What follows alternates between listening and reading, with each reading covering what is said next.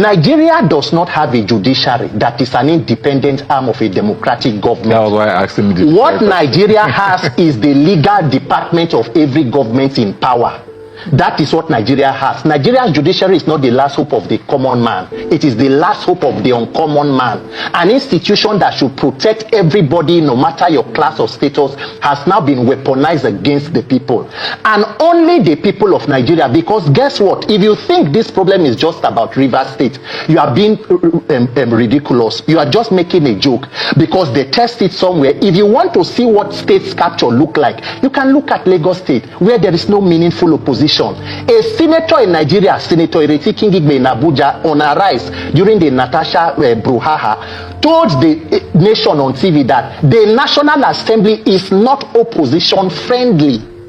A National Assembly that should perform oversight. Imagine a democracy without opposition. If you do not fix an electoral system to be able to hold these people accountable, wait for 2027 and see how wild this race gets. So from what all of you are saying, right, the legislature is gone. It's gone. Captured. The judiciary is also not necessarily standing on 2 feet. The people need to do something. Yeah. You know, whether constitutional crisis or not, what I want to say is that there is a dangerous level of ignorance amongst Nigerians. And this ignorance is not just about the educated, the illiterate folks, it's more with the educated. What we are seeing in Nigeria today is a deliberate attempt to convert the entire state into a one-party state. And Nigerians are gleefully, applauding it into its full implementation. I believe in strong leadership. And if we want to address the issues in Rivers State, you must go to the root cause of the problem. Any other thing you're doing is addressing a symptom and leaving the cause. What is the root cause of the problem in Rivers State? A man who was a former governor, who had the opportunity to be former chairman, former chief of staff, became governor, believes he has had so much power to the extent that he boasted on TV in 2023 that he single-handedly purchased forms for everybody who contested election in Rivers State under PDP in 2023. And so, having installed the government that is there, he has a right to dictate how the government runs. So right now, instead of us paying attention to why should one person be able to install a government, do Rivers people not have the capacity to pick a governor? So the problem that led us here is a failed and corrupt electoral system. Until you fix that system that empowers one person to be able to boast and tell you that I have installed a government or a puppet, then you are going to be going around in circles, and before you know, another election cycle comes, they do what they are able to do, and then we continue protesting and talking about this. It is almost a little too late, and when you talk about politicians, you can almost expect no pushback from them. It is a beautiful question you have asked. As it is now, the question is, what do we do moving forward? If you bring APC lawyers to this platform, they will rationalize why what the president did is correct. If you bring other normal right-thinking persons, the NB have even criticized it. But in all of it, the administrator is seated in Rivers Government House now. The suspension will hold. If institutions of democracy were working, the National Assembly should have been the stopgap measure for it. But of course, that institution does not even work as an institution to carry out oversight. It is an extension of the executive. That is what the principal officers they believe. The question to Nigerians should be asking themselves is, at what point are you able to now put yourself in the conversation? Because what we are discussing, some people say it is agreement between two Godfather and Godson. It is, for example, two criminals discussing how you want to steal or share something that does not belong to you. So you want to take. We are talking about Rivers State Commonwealth. So the people of Rivers State, what is their stake in this? And that is why I'm telling you that has only to do with electoral reform. If not for INEC and the judiciary, a lot of persons who are in the National Assembly will not be there today. If not for INEC and the judiciary, will the Rivers State governor be the governor today? So Nigerians will pay attention to the root cause of the problem, which will mean demanding electoral reform, because what you are seeing now will be played across different states. Tinubu has nothing to lose in Rivers State. The weaker the two parties are, the better for him. Look at Kano. where there is an opposition governor, you have a high court emir, you have an appeal, a federal high court emir, state high court emir. Everywhere there is an opposition, a stone is being thrown to weaken. Before you know, every institution of state will be controlled by one person or one man, and nothing will be done. The only means of accountability is INEC. INEC is the weapon fashioned against Nigerians. The day you realize that, the day Nigerians will begin to move forward. Other than that, we will wait for another problem. We come, we discuss, dissect, and what the president wants to do will be realized. But the INEC, as it's set up now, can almost not be independent. Yes. Even though the I is what the I stands for. We see that. We've seen what happens. The president sort of still appoints. Yes. You know, the head of the INEC, they are supposed to be independent. But we hear all of these stories and we see how things play out. Yeah. You know, how does that work? How does this reform work with the National Assembly that you're saying Nigerians don't have a lot of faith in anymore? Nigerians do not have strong men. They have weak men who are enabled by the docility of the people. Nigerians have failed to realize the importance of the electoral system. What is the definition of a democracy? We have been living in an alternate reality. The simple definition of democracy is a government where power is vested in the people. Mr. Ibuka, Nigeria has not been able to get an electoral process where people can choose their leaders. And we keep calling ourselves a democracy, which is a fallacy.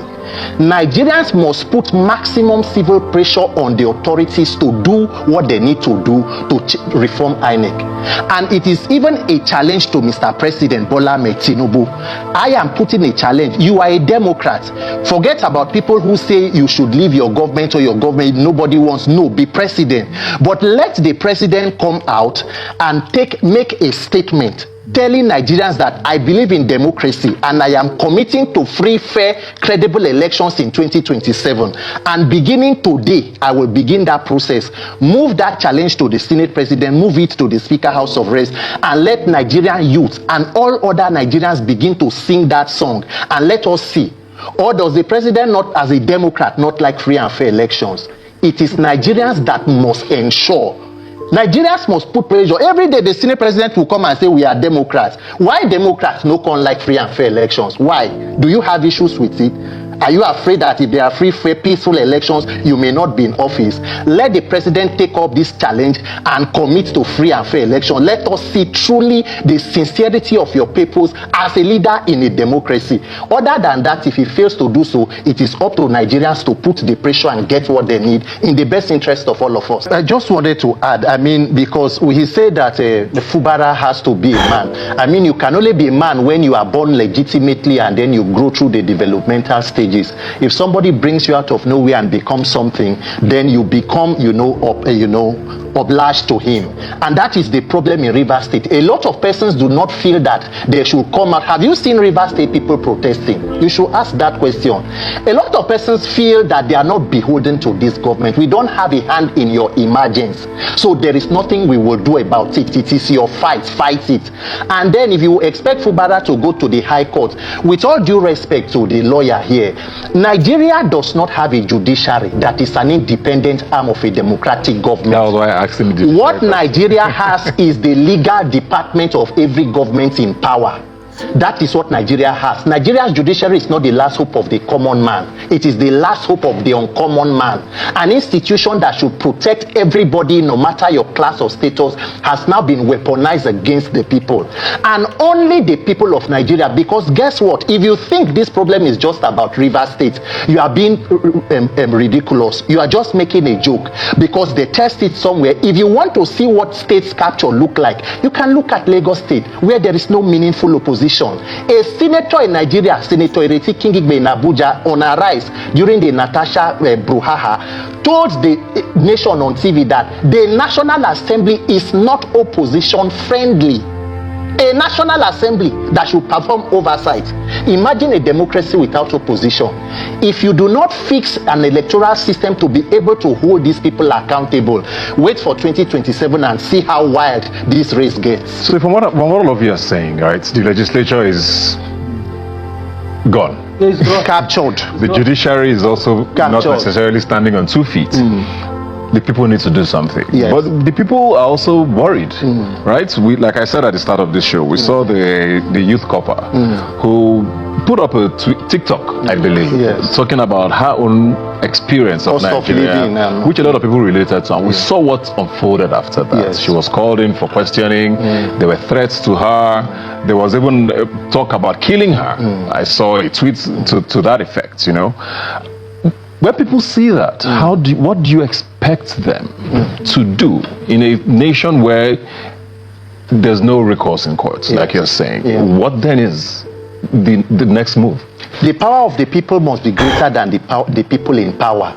In fact, the corpus situation was even mild.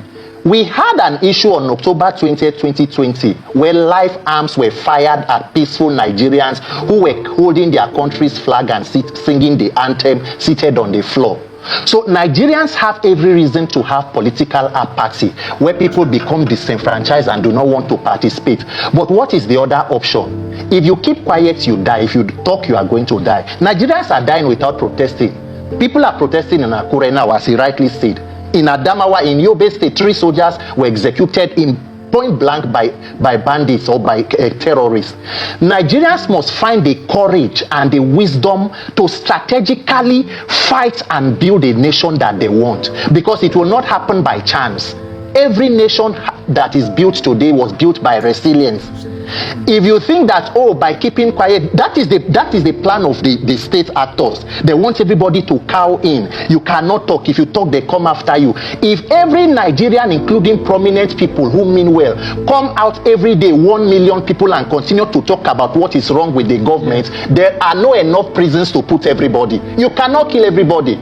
You want to kill everybody and rule over their ashes or the dead of their bodies. Nigerians must find the courage. That National Assembly, we will go there and exercise our right to peaceful assembly and demand electoral reform from people who are there who call themselves Democrats. You like election, you like free and fair, you are Democrats. You will give it to us. When we are ready, with time, it will happen.